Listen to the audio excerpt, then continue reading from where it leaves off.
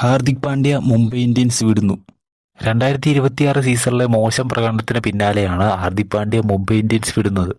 നേരത്തെ തന്നെ Mumbai Indians Hardik പാണ്ഡ്യയെ captain സ്ഥാനത്ത് നിന്ന് മാറ്റുമെന്ന റിപ്പോർട്ടുകൾ വന്നുകൊണ്ടിരിക്കുകയായിരുന്നു. ഇതിനു പിന്നാലെയാണ് ഹാർദിക് പാണ്ഡ്യ മുംബൈ ഇന്ത്യൻസ് വിടുന്നു എന്ന റിപ്പോർട്ടുകളും വരുന്നത്.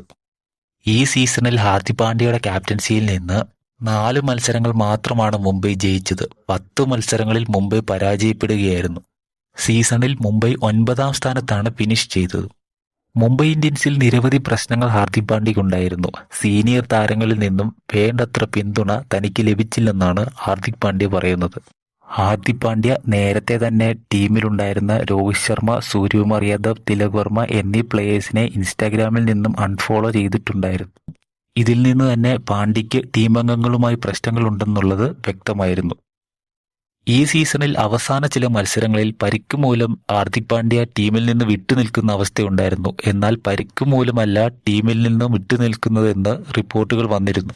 എന്തായാലും ടീമിൽ ഇനി തുടരാൻ തനിക്ക് താല്പര്യമില്ലെന്ന് ഹാർദിക് പാണ്ഡ്യ തന്നെ മുംബൈ മാനേജ്മെന്റിനെ അറിയിച്ചിരിക്കുന്നു. ഹാർദിക് പാണ്ഡ്യയെ ടീമിലെത്തിക്കാനായി Chennai Super Kings, Lucknow Super Giants എന്നീ ടീമുകൾ ഇപ്പോൾ രംഗത്തുണ്ട് എന്നാണ് റിപ്പോർട്ടുകൾ വരുന്നത്. എന്തായാലും മുംബൈ ഇന്ത്യൻസിൽ ഇപ്പോൾ സൂര്യകുമാർ യാദവ്, തിലക് വർമ്മ, ജസ്പ്രീത് ബുംറ എന്നിവർ ക്യാപ്റ്റൻസി ആവാൻ പരിഗണനയിലുണ്ട്. എന്തായാലും ഹാർദിക് പാണ്ഡ്യയുടെ ക്യാപ്റ്റൻസി മുംബൈ ആരാധകർക്ക് പോലും ഇഷ്ടമല്ല എന്ന് തന്നെ പറയേണ്ടി വരും. ഹാർദിക് പാണ്ഡ്യ ടീമിൽ നിന്ന് പുറത്തു പോകുന്നു എന്ന ന്യൂസ് സെലിബ്രേറ്റ് ചെയ്യുകയാണ് മുംബൈ ആരാധകർ പോലും.